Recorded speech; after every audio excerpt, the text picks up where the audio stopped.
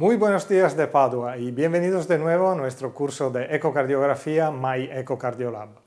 Retomamos después de la pausa por las festividades navideñas hablando de un argumento muy articulado y particularmente interesante para la práctica clínica diaria, las enfermedades pericárdicas. Las enfermedades del pericardio son muy comunes en todo el mundo. Se pueden representar en muchas formas y pueden tener una morbilidad y una mortalidad significativa. Estas condiciones pueden ser difíciles de detectar clínicamente, por lo tanto se utiliza un approach diagnóstico multimodal que incluye la ecocardiografía, la resonancia magnética y la tomografía computerizada. La ecocardiografía es un método diagnóstico de imagen inicial en la mayoría de los escenarios, debido a su facilidad de uso, a su amplia disponibilidad y para la evaluación integral de anatomía y fisiología. Y para afrontar este argumento tenemos hoy con nosotros el doctor Omar Alonso Villagrán, de la Unidad de Cuidados Coronarios del Hospital San Juan de Dios de la ciudad de Guatemala. Y os invito, como siempre, a mandar vuestras preguntas por la ventana de texto al doctor Alonso, que le contestará en directo en el final de la clase. Bien, empezamos a ver cuáles son las principales características fisiológicas del pericardio y las manifestaciones de la pericarditis aguda. Escuchamos al doctor Alonso. Muy buenos días a todos en Latinoamérica. Quiero dar un agradecimiento a la Sociedad Interamericana de Cardiología, a ECOSIAC, a la Universidad de Padua y a ESAOTE y a todo el equipo técnico que hacen posible que nosotros realicemos estas videoconferencias. Mi nombre es Omar Alonso Villagrán, desde Guatemala, y vamos a dar prácticamente la última conferencia y vamos a hablar de las enfermedades del pericardio, probablemente un abordaje pragmático de estas enfermedades. Quisiera iniciar con resaltar algunos aspectos fisiopatológicos o fisiológicos especialmente del pericardio. Como sabemos, el pericardio en realidad tiene un efecto mecánico sobre las cavidades cardíacas debido a que limita la dilatación de las cavidades a corto plazo, facilita el acoplamiento y la interacción de las cavidades cardíacas, mantiene una relación presión-volumen de las cámaras y mantiene la geometría del ventrículo izquierdo, que es algo muy importante. También el pericardio es útil porque lubrica y minimiza la fricción, así como estabiliza las fuerzas hidrostáticas y de gravedad. Es una barrera mecánica contra las infecciones y tiene también efectos inmunológicos, vasomotores, incluso fibrinolíticos, así como modulación de la estructura y función del miocito, además que sirve como vehículo para liberar fármacos o tratamientos genéticos. Por lo tanto, el pericardio pues, es una estructura muy importante para el funcionamiento cardiovascular. Vamos a iniciar básicamente con uno de los problemas más importantes como la pericarditis aguda. Por definición, una pericarditis aguda es un síndrome que está caracterizado por infiltración de células inflamatorias dentro del pericardio. En realidad, la etiología de la pericarditis aguda puede ser muy variable, desde idiopática, infecciosa, inmunológica. Puede haber una pericarditis aguda por vecindad, metabólica, neoplásica y por agentes físicos, en especial radiación. Los criterios para el diagnóstico de la pericarditis aguda son básicamente clínicos, con el dolor torácico típico que conocemos, frote pericárdico al examen físico, los cambios electrocardiográficos y un nuevo o un incremento de un derrame pericárdico preexistente.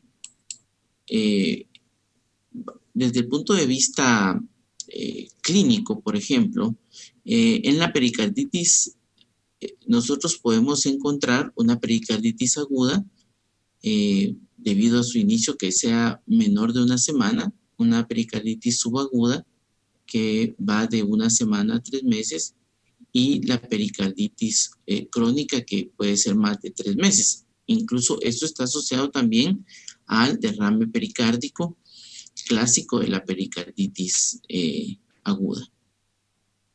El tipo de derrame que puede haber en la pericarditis puede ser transudado, puede ser exudado, puede ser hidropericardio, puede ser hemopericardio, quilopericardio, piopericardio o neumopericardio. Por ecocardiografía, básicamente, la exactitud para el diagnóstico del derrame pericárdico es del 100%. Como sabemos, es un espacio libre de forma persistente entre el pericardio y entre el epicardio y el pericardio parietal en todo el ciclo cardíaco. Eso nos indica que por lo menos hay un derrame pericárdico de 50 mililitros. Usualmente podríamos ver un pequeño espacio en la sístole, y eso usualmente puede ser líquido normal, pero si nosotros observamos líquido en sístole y en diástole, usualmente son derrames de mayores de 50 mililitros. Por modo bidimensional, debemos de describir las características del derrame pericárdico. Principalmente, si nosotros observamos imagen de contraste espontáneo dentro del pericardio, eso nos indica que el paciente probablemente tiene trombos intrapericárdicos. Por ejemplo, la presencia de bandas fibrosas nos pueden ayudar a pensar que el paciente tiene un problema inflamatorio. La cuantificación del derrame pericárdico es muy importante y ahorita vamos a ver cómo lo vamos a realizar. La distribución, si es circunferencial, si solo es localizado, son características que el ecocardiograma bidimensional nos va a informar. La cuantificación del derrame pericárdico, aunque es arbitraria, podríamos decir que un derrame pericárdico es leve cuando tiene un volumen de 50 a 100 mililitros. Hablamos de un derrame moderado cuando existe de 100 a 500 mililitros, y estamos hablando de un derrame pericárdico severo cuando existen más de 500 mililitros. Desde el punto de vista ecocardiográfico podemos medir la separación que existe entre el epicardio y el pericardio parietal, y podemos encontrar que una separación menor de 10 milímetros nos indica que el derrame pericárdico es leve. Si hay una separación de 10 a 20 milímetros, nos va a decir que el derrame pericárdico es moderado. Si existe una separación de 20 milímetros, es un derrame pericárdico severo. Y si existe una separación, en especial si es circunferencial, más de 25 milímetros, estamos en un derrame pericárdico muy severo. Uno de los diagnósticos diferenciales es el derrame pleural, y vamos a ver que si nosotros observamos un eje de 4 cámaras y observamos en la parte posterior de la aurícula derecha un espacio libre de ecos, eso es insuficiente o no nos daría suficiente información para decidir si es un derrame pericárdico o es un derrame pleural. Y entonces necesitamos de un eje longitudinal para establecer el diagnóstico. Es importante señalar que el derrame pleural siempre va a estar en la parte posterior de la aorta en un eje longitudinal, repito, y un derrame pericárdico va a estar adelante o alineado con la aorta en el eje longitudinal. También se puede observar un espacio libre ecocluscente en el pericardio, principalmente en la parte anterior, que nos puede confundir con un derrame pericárdico. La grasa epicárdica, entonces, es una de los componentes, uno de los diagnósticos diferenciales del derrame pericárdico.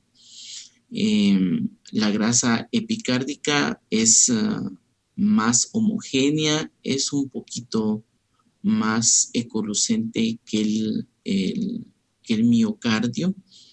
Además, tiene movimientos, se mueve con los movimientos del corazón, a diferencia del derrame que usualmente no solo se observa en la parte anterior, sino se observa en la parte posterior, y también no tiene movimientos o no está acorde con los movimientos del corazón. Por lo tanto, esa podría ser una de las diferencias entre grasa epicárdica y derrame pericárdico. En este ejemplo que ustedes ven a la derecha, este paciente tiene la grasa epicárdica y también tiene un derrame pericárdico. Por lo tanto, ven ustedes cómo la grasa epicárdica es un poquito más homogénea, más rica en su distribución, a diferencia del derrame pericárdico.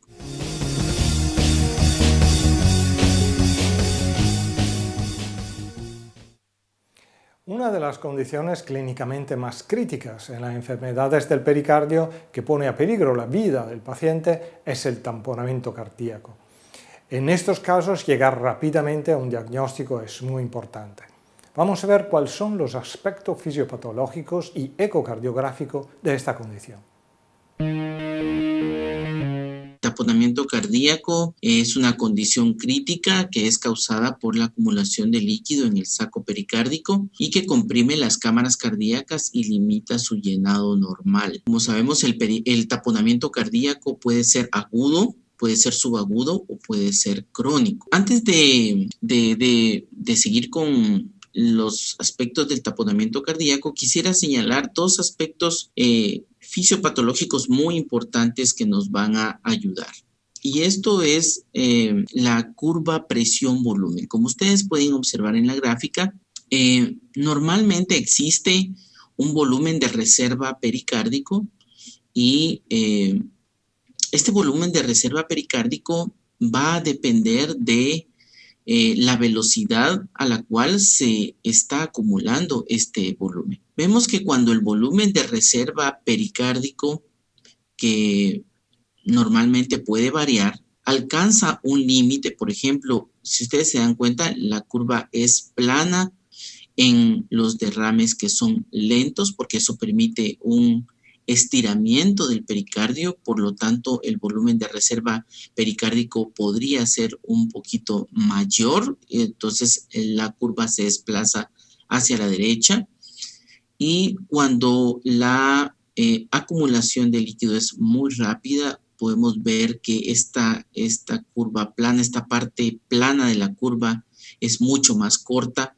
Por lo tanto, lo más importante es que cuando se sobrepasa ese volumen de reserva pericárdico, nosotros vemos que el límite de estiramiento pericárdico llega a su límite, y a partir de esta línea punteada, cualquier incremento mínimo del volumen pericárdico o del volumen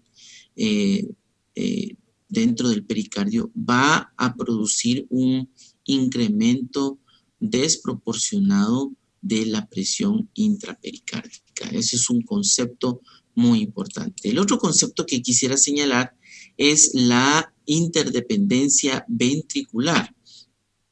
Y cuando existe un aumento de la presión intrapericárdica, vemos como el llenado del ventrículo derecho y el aumento del volumen, el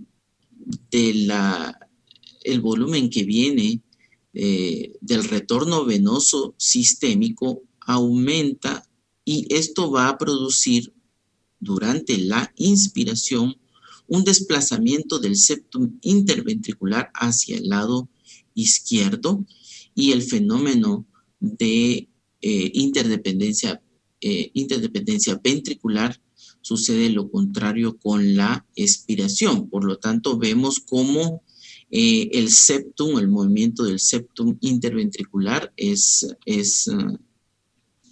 muy importante para comprender la fisiopatología. Durante el taponamiento cardíaco, vamos a observar entonces que el ecocardiograma es una de las herramientas más importantes para el diagnóstico. En el modo M vamos a observar un aumento del diámetro diastólico del ventrículo derecho con la inspiración por este fenómeno de interdependencia ventricular. Y si se dan cuenta en la diapositiva, podemos observar una disminución del diámetro diastólico del ventrículo izquierdo con la inspiración. Esto en modo M se puede registrar. Ven cómo aumenta el diámetro diastólico durante el movimiento inspiratorio.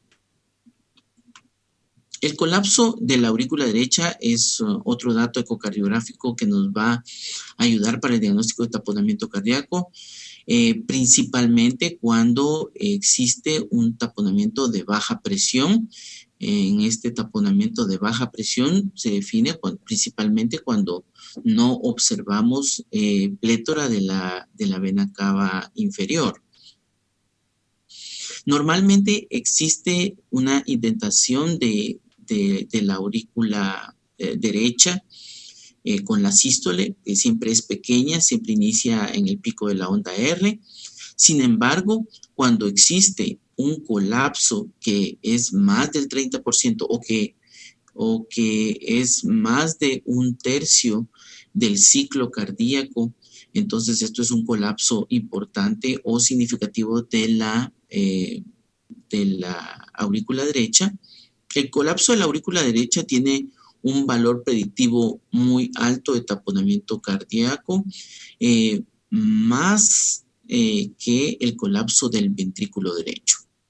Por lo tanto, debe de observarse cuidadosamente la aurícula derecha, debe de analizarse cuadro por cuadro y tratar de establecer principalmente si es más de un tercio del ciclo cardíaco.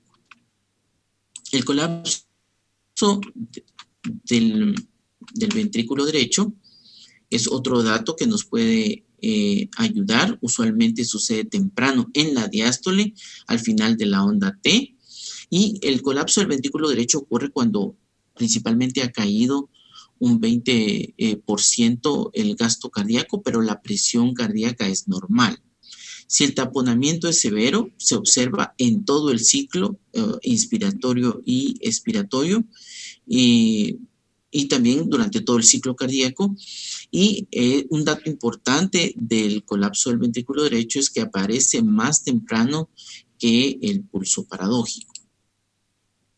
El colapso del ventrículo derecho podría estar o puede estar ausente en aquellos pacientes que tienen hipertrofia del ventrículo derecho, hipertensión pulmonar severa, disfunción del ventrículo izquierdo coexistente, o podemos encontrar un colapso diastólico del ventrículo derecho muy temprano en aquellos pacientes que tienen hipovolemia.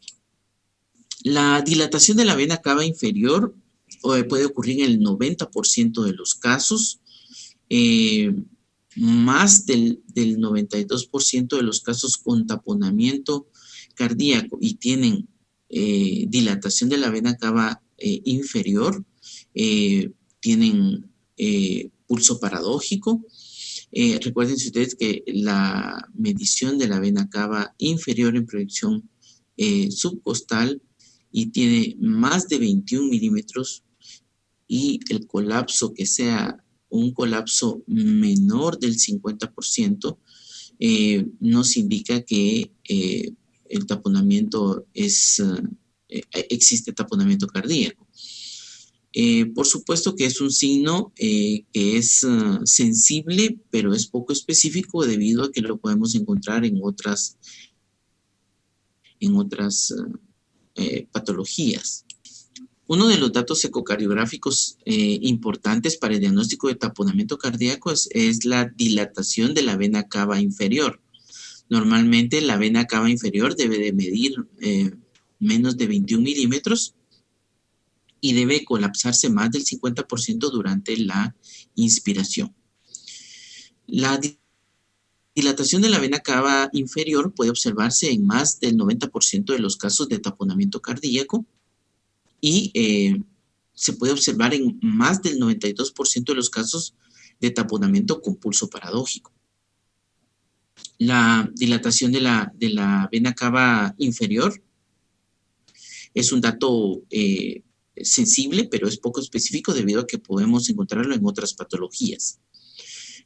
Cuando nosotros no podemos observar la vena cava inferior, las venas hepáticas podrían ser una alternativa. Pero solo observar la dilatación de las venas hepáticas va a ser importante y el flujo dentro de las venas hepáticas también es un dato que nos apoya la presencia de taponamiento. La velocidad o la onda diastólica está ausente durante la apnea, puede estar ausente durante la apnea o puede disminuir la velocidad durante la apnea y vemos que en el taponamiento durante la inspiración aumenta la velocidad de la inspiratoria durante la inspiración, la velocidad de la onda sistólica y la onda diastólica. Cuando el taponamiento es severo, el flujo diastólico desaparece por completo durante el ciclo cardíaco. Y es un dato muy importante es cuando no se observa flujo sistólico o cuando no se observa flujo sistólico o diastólico durante la inspiración, la presión sistémica venosa está casi igual a la intracavitaria y en estos casos el arresto cardíaco es inminente. Por eso es un dato importante de tomar en cuenta. El análisis del flujograma mitral y tricúspide es muy importante para el diagnóstico de taponamiento cardíaco. Vemos que por Doppler pulsado, cuando evaluamos el flujograma mitral, vamos a observar una reducción del 30% de la velocidad de la onda E durante los primeros latidos inspiratorios. El efecto contrario sucede en la válvula tricúspide, donde vamos a observar un aumento de la velocidad de la onda E durante la inspiración. Usualmente esto sucede en el primer latido postinspiratorio y también podemos observar aumento en la velocidad del tracto de salida del ventrículo derecho o una apertura de la válvula pulmonar prematura. El otro parámetro para estratificar al paciente con taponamiento cardíaco es la evaluación de los síntomas y los datos al examen físico. Podemos ver si el paciente tiene disnea o taquipnea, se le va a asignar un punto. Si tiene ortopnea, 3 puntos. Hipotensión, 0.5 puntos. Taquicardia sinusal progresiva, 1 punto. Oliguria, 1 punto. Pulso paradójico, dolor precordial prácticamente de origen pericárdico, medio punto, frote pericárdico, medio punto, y si la evolución de la enfermedad es lenta, se le va a restar 1 punto. Ese es el segundo grupo de síntomas que vamos a observar. Y el tercero y más importante para nosotros es el ecocardiográfico y eléctrico. Vemos si el paciente tiene cardiomegalia, se le asigna 1 punto. Si tiene alternancia eléctrica en el electrocardiograma, medio punto. Microvoltaje en el EKG, 1 punto. Si el derrame pericárdico, entonces, es circunferencial y es más de 2 centímetros en diástole, se le va a asignar 3 puntos. Si es un derrame pericárdico moderado, o sea, una separación de 10 a 20 milímetros, se le va a asignar 1 punto. Si es derrame pericárdico pequeño, menos 1 punto. Colapso de la aurícula derecha, 1 punto. Dilatación de la vena cava inferior, más de 25 milímetros, 1.5. Colapso del ventrículo derecho, 1.5. Colapso de la aurícula izquierda, en 2 puntos. Variación del flujograma mitral o tricuspidio, 1 punto.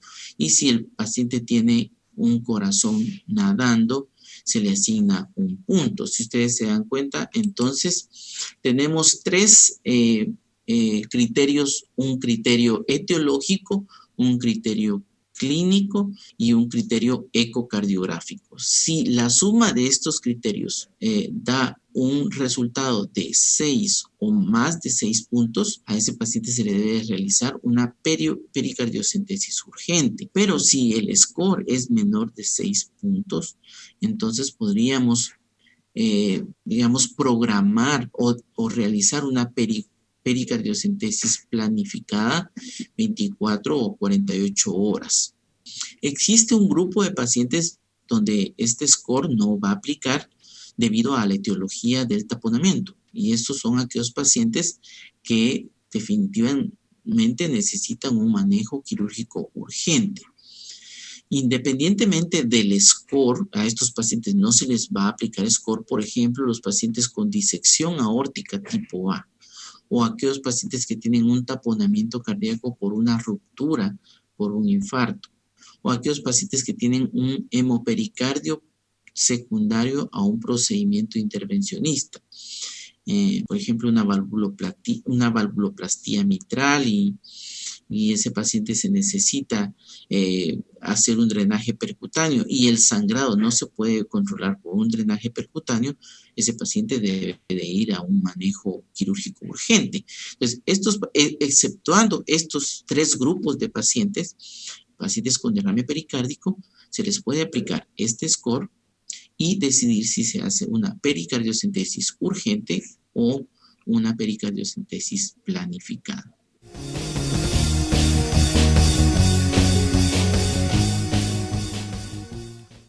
Volvemos ahora en el laboratorio ECO de la Universidad de Padua para ver, con la ayuda de la doctora Denisa Muraro, cuáles son los pasos prácticos más importantes en la valoración ecocardiográfica de un paciente con derrame pericárdico y con tamponamiento pericárdico.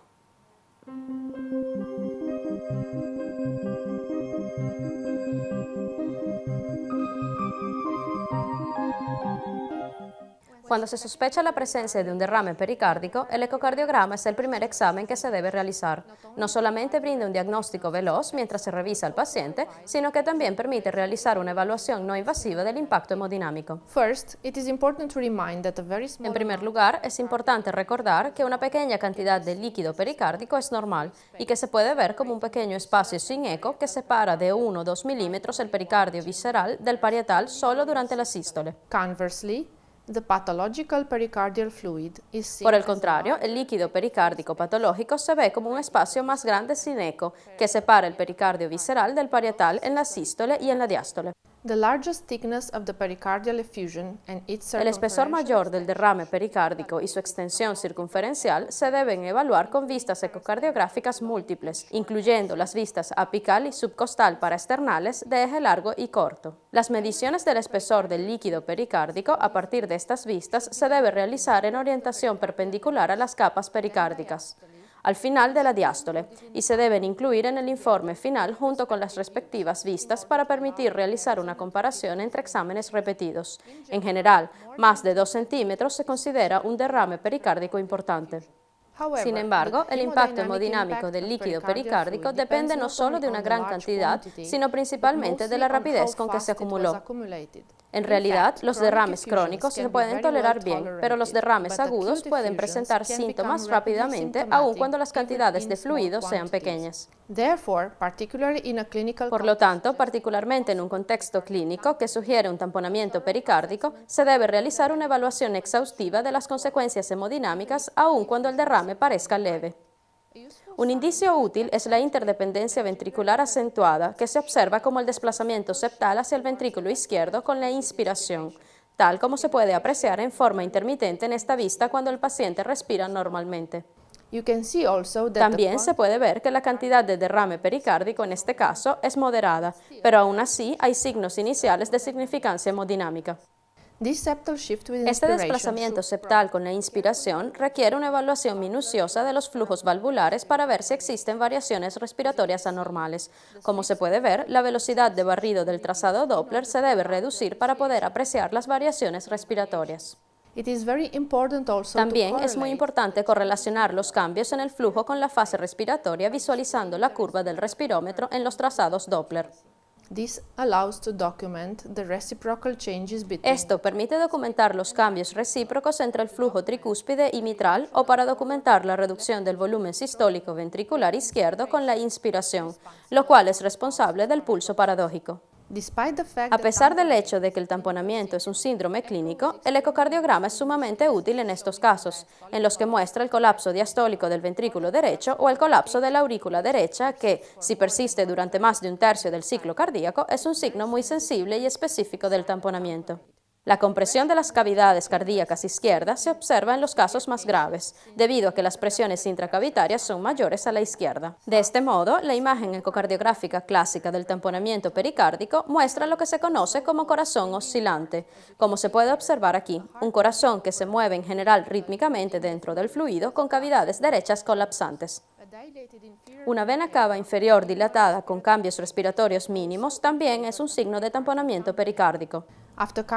Después de una cirugía cardíaca, el diagnóstico de tamponamiento pericárdico mediante ecocardiografía es más dificultoso, particularmente cuando un derrame excéntrico loculado o hematomas localizados comprimen solo una cavidad, en este ejemplo la aurícula izquierda.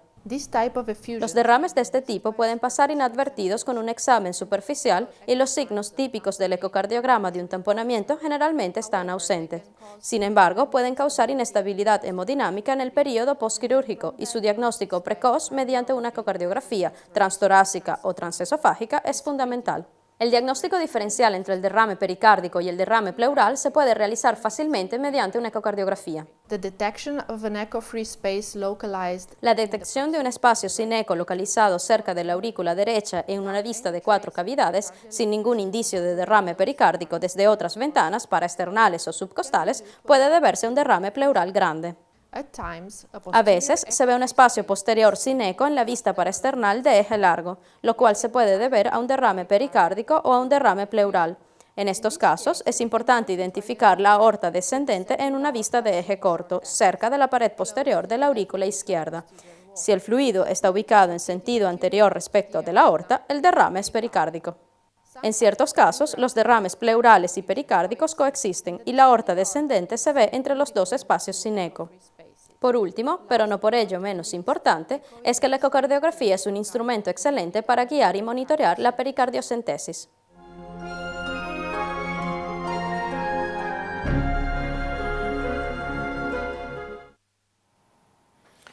Volvemos ahora con el doctor Alonso y vemos cuáles son las características de la pericarditis constrictiva evaluada con la ecocardiografía bidimensional, el Doppler tisular y con el análisis del strain. Podéis seguir mandando vuestras preguntas porque al final de esta parte abriremos el debate conclusivo en directo con el doctor Alonso. La pericarditis constrictiva, por definición, es un síndrome caracterizado por alteraciones en la función diastólica y aumento en las presiones de llenado ventricular debido a que existe un pericardio rígido con fusión de pericardio parietal y visceral. En la pericarditis constrictiva, uno de los datos importantes es que existe una fusión del pericardio visceral y una fusión del pericardio parietal. Y la calcificación va a depender básicamente de la etiología de la pericarditis constrictiva. Vamos a observar que aquellos pacientes con una etiología, por ejemplo, tuberculosa, va a tener más calcificación que aquellos pacientes que no tienen esta etiología. Por lo tanto, por ejemplo, cáscara de huevo que antes observábamos en pericarditis constrictiva se está observando cada vez menor. En series publicadas en otros, en otros países, principalmente Estados Unidos, se documenta que incluso solo un tercio de los pacientes con pericarditis constrictiva tienen el pericardio calcificado. La pericarditis constrictiva tiene varias formas, pero la forma clásica es la forma crónica, es la forma calcificada que habíamos comentado, rígida. Hay una forma clásica subaguda, en donde no hay calcificación, como había comentado, y es un poquito más elástica. Hay una forma con derrame o constrictiva efusiva. Hay pericarditis constrictiva localizada y hay pericarditis constrictiva oculta. La etiología, si ustedes se dan cuenta, es idiopática en el 26% de los casos, y en Estados Unidos 29% de las pericarditis constrictivas son secundarios, son post-cirugía. En Guatemala, por ejemplo, nosotros realizamos un estudio y encontramos que idiopática era en el 44% de los casos, y vean ustedes, hasta el 21% de los casos era de etiología tuberculosa. Básicamente la etiología puede ser postviral, después, por ejemplo, en pacientes que tienen enfermedad del tejido conectivo, lupus, artritis reumatoide, infiltración neoplásica, pacientes que están en hemodiálisis.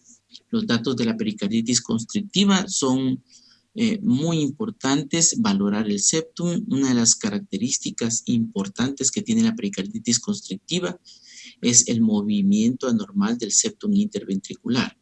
Y vean ustedes cómo nosotros podemos observar que en la pericarditis constrictiva hay una disminución abrupta del llenado a mitad de la diástole, y por eso nosotros en pericarditis constrictiva podemos observar un aplanamiento de la pared posterior, principalmente en mesodiástole que es uno de los datos que se puede observar hasta en el 85% de los pacientes con pericarditis constrictiva. También el movimiento anormal, podemos observar un movimiento diastólico temprano. Vean ustedes, esto es un movimiento posterior del septum interventricular hacia el ventrículo izquierdo durante la inspiración, y este mismo fenómeno, un movimiento anterior del ventrículo, perdón, del septum interventricular hacia el ventrículo derecho con la expiración. También podemos encontrar un doble componente diastólico temprano en el septum interventricular. Esto es característico de la pericarditis constrictiva.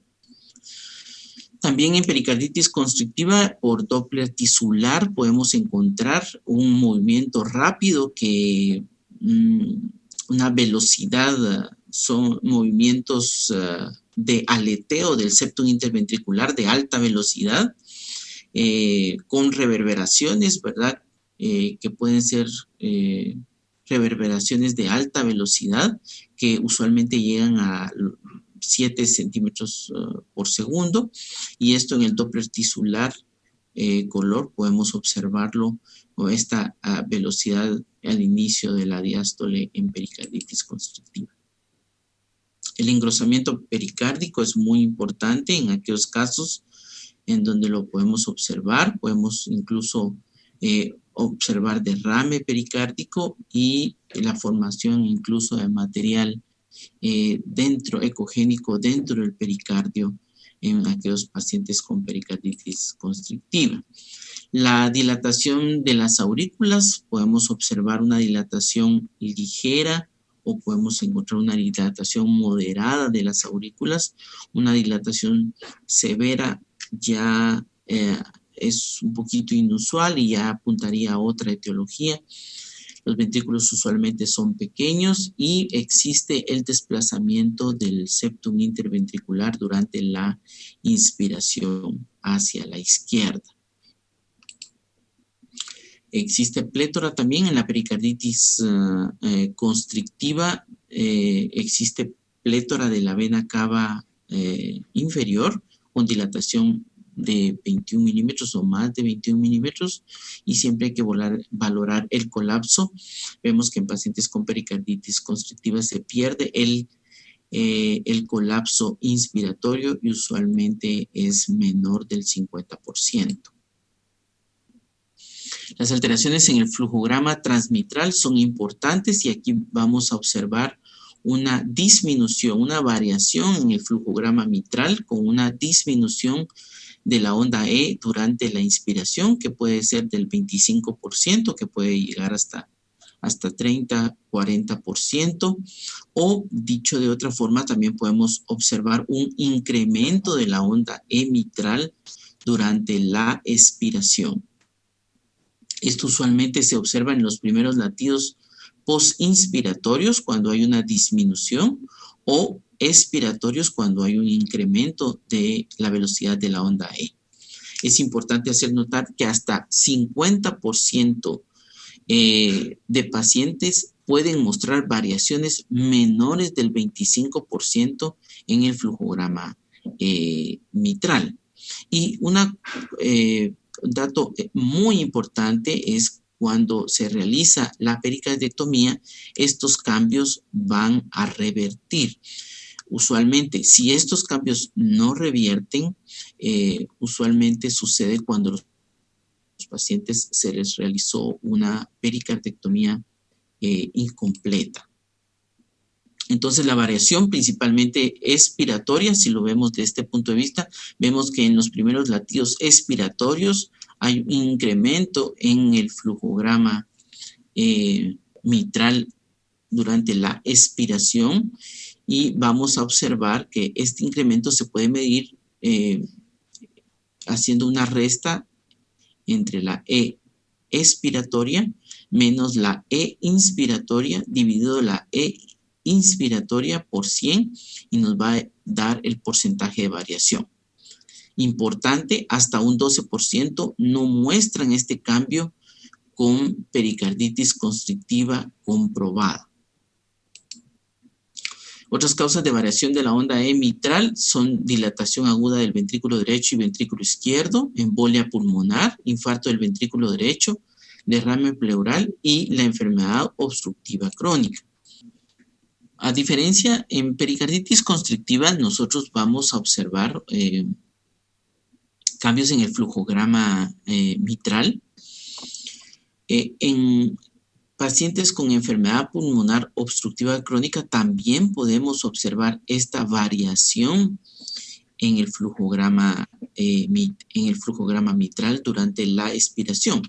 Vean ustedes, pero que nosotros observamos este aumento de la velocidad de la onda E durante la expiración, pero si se dan cuenta este cambio es más gradual y es más tardío. A diferencia, en la pericarditis constrictiva, este cambio no es gradual y es más temprano el cambio o el incremento de la velocidad de la onda E durante la expiración. Las venas pulmonares es importante analizarlas y vean ustedes cómo el flujograma, el flujo en la vena pulmonar va a incrementar durante la expiración en pacientes con pericarditis constrictiva.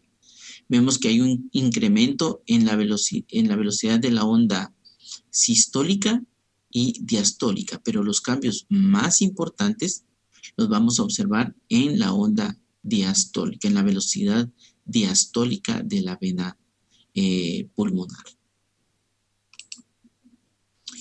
El análisis de las venas hepáticas, vemos el componente sistólico, vemos el componente diastólico y también vamos a observar un flujo reverso diastólico temprano en pericarditis constrictiva. Esto lo ejemplifica de mejor forma. Vean cómo en pacientes con pericarditis constrictiva el cambio o el flujo retrógrado diastólico temprano se observa durante la expiración. En este patrón podemos tener dos patrones. El primer patrón es una onda sistólica mayor que la diastólica, o sea, una relación SD mayor de 1, y vean cómo la velocidad o la onda diastólica desaparece o disminuye y aumenta el flujo retrógrado en la expiración.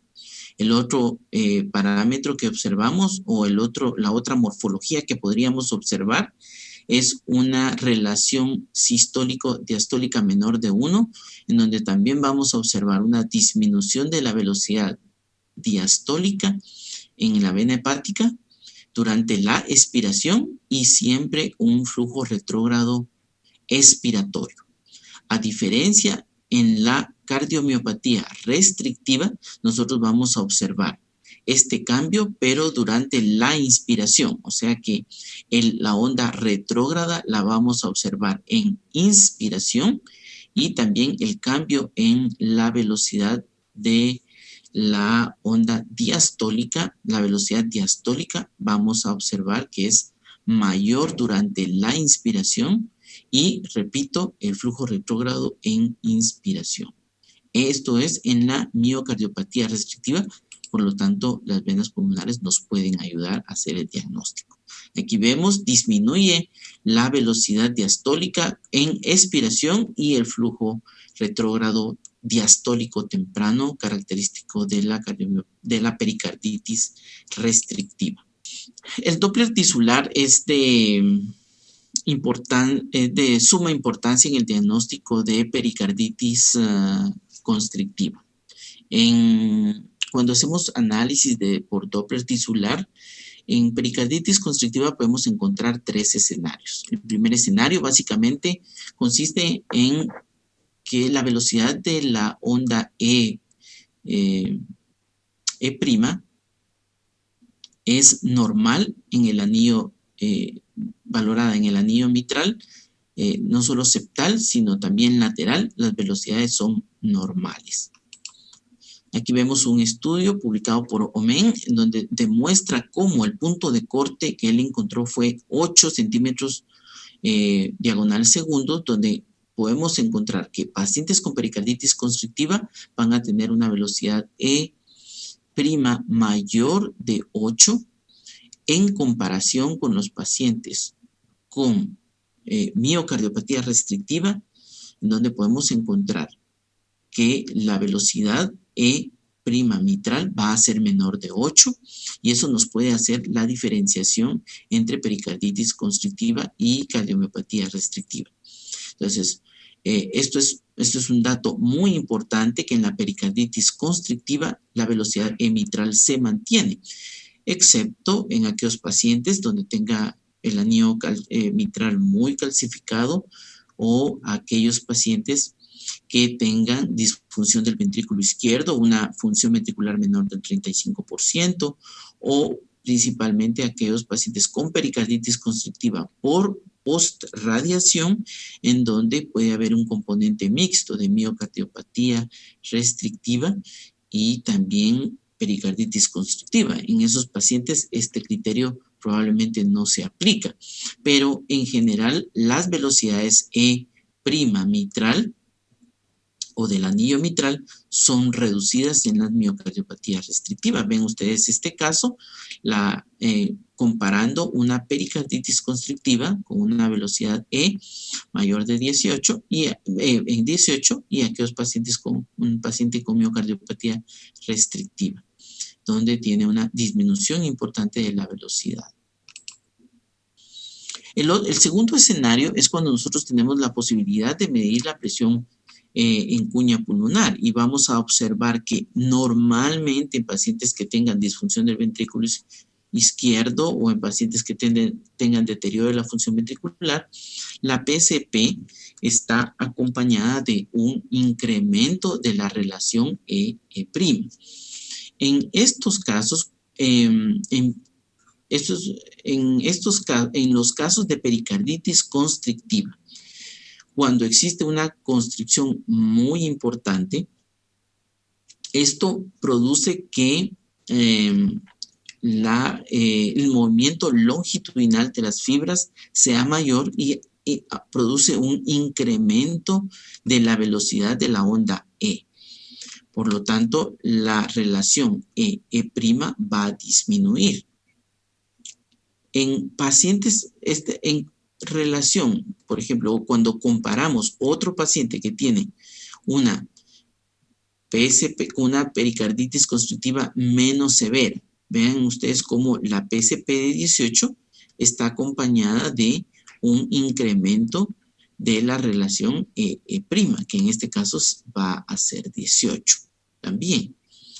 Entonces, en conclusión, pacientes con pericarditis constrictiva severa, podemos encontencontrar un incremento de la velocidad de la onda E y esto va a aumentar la relación E' con una PCP de 30. Entonces, a esto se le llama annulus o anillo paradójico o annulus paradoxus. El otro escenario es el annulus reversus. Normalmente la velocidad de la onda E lateral es mayor que la medial, pero en el annulus reversus podemos observar que por Doppler tisular la velocidad de la onda E medial va a ser mayor que la velocidad de la onda E lateral. A esto se llama annulus reversus y es básicamente por un fenómeno de tethering que ejerce el pericardio, que es muy fibroso o calcificado y que produce un incremento de la velocidad una disminución de la velocidad a nivel lateral. Podemos observar que hay estudios en donde se observa cómo la velocidad de la E lateral, la velocidad lateral por Doppler tisular va a disminuir a medida que la calcificación en el surco aurículo-ventricular es mayor. También, si observamos por Doppler tisular, podemos observar un doble componente del septum interventricular. Cuando nosotros observamos o cuando hacemos análisis de strain longitudinal y radial en pericarditis constrictiva, vamos a observar que en pericarditis constrictiva el strain longitudinal está conservado, pero el strain circunferencial va a estar disminuido. Este es un caso de strain longitudinal en paciente con miocardiopatía restrictiva y vemos cómo aquellos pacientes con miocardiopatía restrictiva muestran un deterioro del strain longitudinal medial, basal y medial y con un strain apical conservado. Esta es característica de esto. Esta era una paciente con amiloidosis que se le realizó una biopsia de grasa abdominal, grasa abdominal, y se documentó que la paciente tenía amiloidosis. Por lo tanto, en el strain longitudinal, en la pericarditis constrictiva, el strain longitudinal es normal, pero en la miocardiopatía restrictiva, el strain longitudinal está disminuido. La velocidad diastólica longitudinal es normal en la pericarditis constrictiva y disminuida en la miocardiopatía restrictiva. El strain circunferencial está disminuido en la pericarditis constrictiva y está disminuido también en la miocardiopatía restrictiva.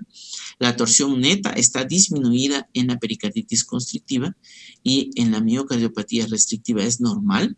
Y la rotación apical está disminuida en la pericarditis constrictiva y en la miocardiopatía restrictiva es normal.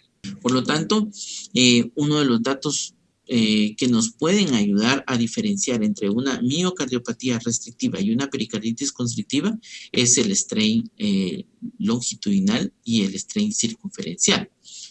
Pero más allá de eso, y tomando los criterios tal vez más sencillos o más básicos, podemos decir que la diferenciación entre una miocardiopatía restrictiva y una pericarditis constrictiva se basa en los cambios de la E en el flujograma mitral E inspiratoria. Vamos a ver que estos cambios van a ser mayor del 25%, como se comentó anteriormente. En la miocardiopatía restrictiva no existen estos cambios. El tiempo de desaceleración de la onda E siempre va a ser menor en la miocardiopatía restrictiva. Y estos valores tan bajos o menores de 160 milisegundos también pueden encontrarse en pericarditis constrictiva, pero es menos frecuente. El aumento de la onda E mayor de 1 metro diagonal segundo siempre está en los pacientes con miocardiopatía restrictiva, con reducción de la onda A y un patrón básicamente restrictivo. Esto no se presenta usualmente en la pericarditis constrictiva. En el flujo tricuspidio va a haber un cambio menor del 15%. En pericarditis constrictiva ese cambio va a ser mayor del 40%. Y la relación EA siempre va a ser mayor de 2. En pericarditis constrictiva esto no sucede siempre. La dilatación muy severa de la válvula, de las aurículas, apunta más a una miocardiopatía restrictiva. En pericarditis constrictiva hay dilatación de las aurículas, pero usualmente es leve a moderada. Los cambios del flujo, analizando las venas suprahepáticas, la disminución del flujo anterógrado diastólico es en expiración en la pericarditis constrictiva y no se presenta en la miocardiopatía restrictiva. El aumento del flujo reverso diastólico sucede en la expiración en la pericarditis constrictiva y en la inspiración en la miocardiopatía restrictiva. Por último, vamos a observar que en el manejo del paciente con pericarditis constrictiva es muy importante ver todos los parámetros. Hay que hacer un ecocardiograma transtorácico dedicado con espirometría, con evaluación de los movimientos de la respiración, inspiratorio y expiratorio. Y si hay evidencia convincente de constricción, solo hay que determinar si la constricción es severa y hay síntomas severos. El paciente debe ir a una pericardiectomía, pero si no hay una constricción significativa y no hay síntomas severos, entonces el tratamiento básicamente es médico y seguimiento. Por último, vamos a mencionar rápidamente los tumores del pericardio. Los tumores del pericardio primario son raros. Usualmente el mesotelioma es el más frecuente, pero también podemos encontrar sarcoma, el lipoma y el hemangioma. Hay tumores secundarios que pueden ser por invasión local, principalmente por invasión de pulmón y mediastino, y los más distales, los tumores del pericardio más distales, que en primer lugar está el linfoma, el melanoma, el carcinoma pulmonar y el carcinoma de mama.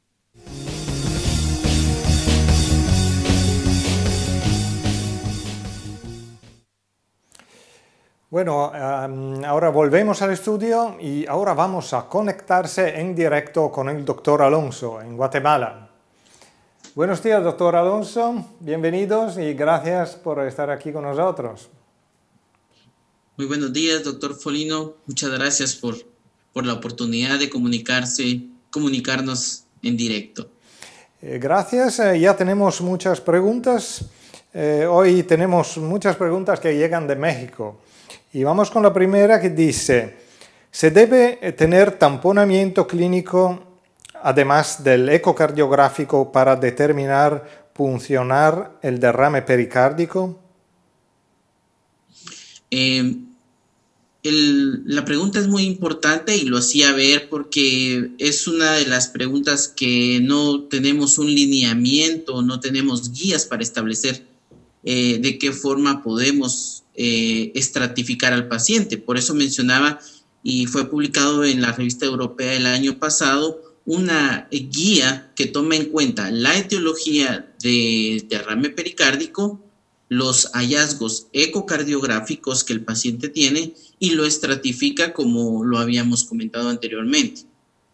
Si el paciente en este score tiene 6 puntos o más de 6 puntos en el score que había comentado en la conferencia, este paciente sí debería de ir a una pericardiocentesis o un tratamiento inmediato. Si el paciente tiene menos de 6 puntos, basado en la clínica, en los hallazgos etiológicos y en los hallazgos ecocardiográficos que había mencionado, estos pacientes podrían ir a una pericardiocentesis programada en los 24-48 horas. Esto en especial hemos tenido problema, si ustedes se recuerdan, los pacientes con insuficiencia renal crónica, en donde a veces, muchas veces tienen un tapón o tienen datos de un derrame pericárdico muy importante y no necesariamente habría que puncionar inmediatamente a los pacientes. Por lo tanto, este score para la estratificación, qué pacientes necesitan una punción inmediata,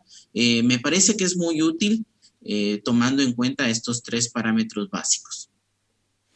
Y ahora tenemos una pregunta muy articulada que dice: ¿no hay ninguna ecuación de cuantificación del derrame pericárdico? Hace varios años se publicó un artículo con una ecuación especial 3/4. ¿Qué piensan? Sí, definitivamente la clasificación, como ustedes podrán, y como lo mencioné, es una clasificación arbitraria. En realidad, si las guías que incluso fueron publicadas la semana pasada en la Europea de Cardiología, menciona incluso que si uno tiene una separación de más por ejemplo, menos de 10 milímetros, es equivalente a 300 mililitros. Y ahí vemos cómo estas guías cambian. Por lo tanto, tiene toda la razón. Estas realmente guías son arbitrarias y se podría más o menos hacer un cálculo estimado basado en la separación que habíamos comentado. Si es menor de 10 milímetros, pues estamos hablando de un derrame pericárdico leve, y si es de 10 a 20 un derrame pericárdico moderado. Actualmente se están diseñando algunos software para tratar de estimar de mejor forma la cantidad de derrame pericárdico que el paciente tiene. Pero sí, definitivamente es una clasificación arbitraria. Y ahora tenemos una pregunta que dice: ¿cuál es el signo más consistente de pericarditis constrictiva? Bueno, para hablar de consistencia podríamos decir que pienso que la utilidad del Doppler tisular es muy importante debido a que el problema muchas veces radica en que no podemos distinguir entre una pericarditis constrictiva y una miocardiopatía restrictiva, y por lo tanto la velocidad de la onda E por Doppler tisular probablemente nos va a dar mucha información. De hecho, cuando en algunas oportunidades, cuando el paciente, como había mencionado, no tiene los cambios en el flujograma transmitral o transtricuspidio, nosotros nos tenemos que guiar por la velocidad del Doppler tisular. Y aquí es donde los 3 escenarios son importantes, como había mencionado. Uno, donde las velocidades en realidad son normales, o en aquellos pacientes que pueden tener el annulus reversus o el annulus paradoxus. Entonces yo podría decir que probablemente el Doppler tisular es de suma importancia, además de los cambios por Doppler modo M. Y ahora tenemos esta pregunta que dice: ¿cómo está la torsión ventricular en la pericarditis constrictiva con derrame? Bueno, la pericarditis constrictiva con derrame es una combinación. Probablemente muchos pacientes no muestran los típicos hallazgos de una pericarditis constrictiva en pacientes con derrame. En realidad podría estar disminuida, como lo había comentado anteriormente. Vemos que el strain longitudinal en estos casos está conservado, pero el strain circunferencial va a estar disminuido y la torsión sí va a estar afectada. Eso, en realidad hay pocos estudios acerca de esto, pero hay un bonito artículo de pericarditis constrictiva publicado por Hase donde muestran estos cambios. Y ahora nos preguntan si es recomendable hacer una ventana pericárdica o si no se usa. Definitivamente va a depender de la etiología del derrame, realizar una ventana pericárdica o no, en especial si hay material organizado o, por ejemplo, Si nosotros observamos que hay mucha presencia de trombos dentro del pericardio, sí se recomienda mejor realizar una ventana pericárdica. Sabemos actualmente solo punción con aguja ya no se está utilizando. Actualmente se utilizan catéteres especiales para dejarlo colocado, para dejar un catéter de drenaje. Sin embargo, estos catéteres de drenaje podrían obstruirse tempranamente si, por ejemplo, hay una pericarditis purulenta o, por ejemplo, si hay una cantidad importante de trombos en el pericardio. Por lo tanto, la ventana pericárdica está indicada en especial en aquellos pacientes con una pericarditis purulenta importante, donde sabemos que estos catéteres de drenaje se van a obstruir tempranamente o cuando hay trombos importantes. Y ahora tenemos un colega que nos pregunta si podemos resumir los signos ecocardiográficos principales para determinar la pericarditis después de una cirugía cardíaca como el bypass. Después de un bypass, por ejemplo, los cambios de pericarditis constrictiva post cirugía son los más importantes en países desarrollados. Aquí básicamente ya no tenemos tanta calcificación como en otras etiologías.